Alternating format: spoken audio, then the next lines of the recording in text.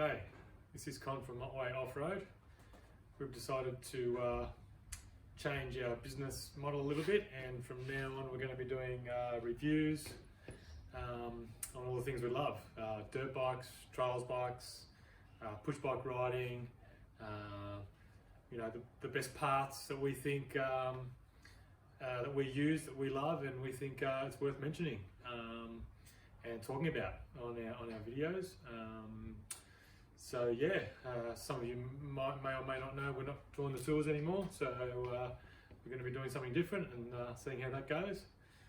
So yeah, so the first item on our list is the Sherco 300 SEF. It's a factory model, so it's a 2021 factory. Yeah, it's a great bike. We're loving it so far. We haven't done a lot of mods to it really. Changed a couple of wheels, put some handguards on it, bash plate, some pull straps, really, and that's about it.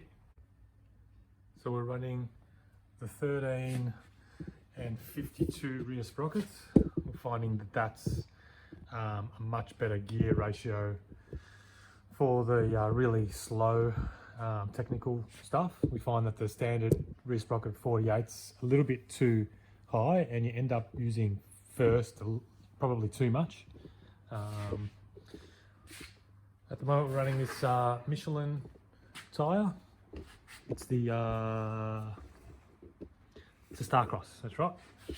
So far, from where we're riding it in the rocky terrain, it's been really good. We run double rim lock tube setup, so you can see one rim lock there, another one on the other side. So that's two rim locks, kind of as close to opposite as we can get, sort of. And then there's the valve there. And we run a double tube setup, so a tube split in half, wrapped around a heavy duty tube. And that way with the two rim locks, we're not worried about the valve pulling out from the tyre slipping on the rim. And we can run down to as low as 5 or 6 psi with that setup, so that's really good. Works really well. The 21 has the Acro standard.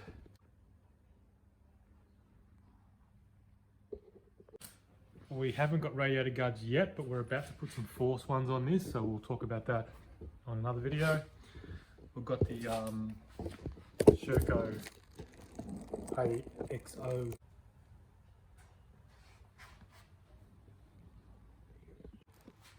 Barkbusters, the Evos, the Jets, sorry.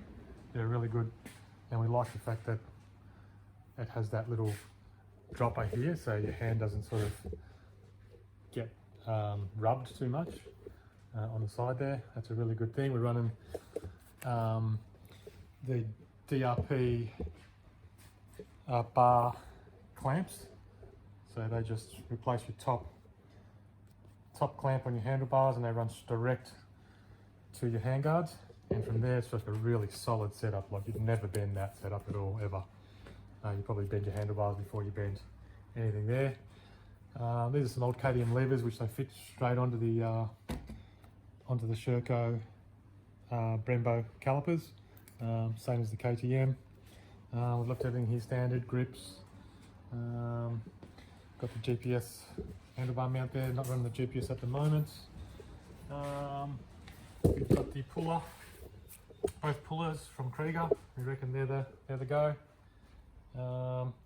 And apart from the JTR wheel, or the SM Pro wheel and hub, which come off a KTM, all we did was change some spacers there and made that work. We're running a Kenda Ibex on the front here, which is a really soft tyre, like super soft. You can really sort of feel that there. If you have a feel of one in real life, it's like a trials rubber setup. So at the moment, prefer that setup for now in the rocks. That's really good. I don't know about somewhere like the Otways, which, you know, when it's wet, might not be the best tyre. It's a 8100. So far, that's about it. I probably wouldn't prefer it to the 300 two-stroke, but for what it is, it's really good. It probably lacks a little bit of flywheel weight. Like, when you're in the really slow stuff and it gets really technical and you need that really slow torquey motor to just get traction, the 4-stroke does stall in that situation. And this being, kind of a race engine, more of an enduro style motor, fast revving, it does have a really light flywheel, so it does tend to stall easy. But apart from that, things are a really good bike. I would highly recommend it. If you're sick of getting a 6-pack of pipes every time you buy a 300 2-stroke and want something different, whack fuel in it, press the button and go, this is your bike.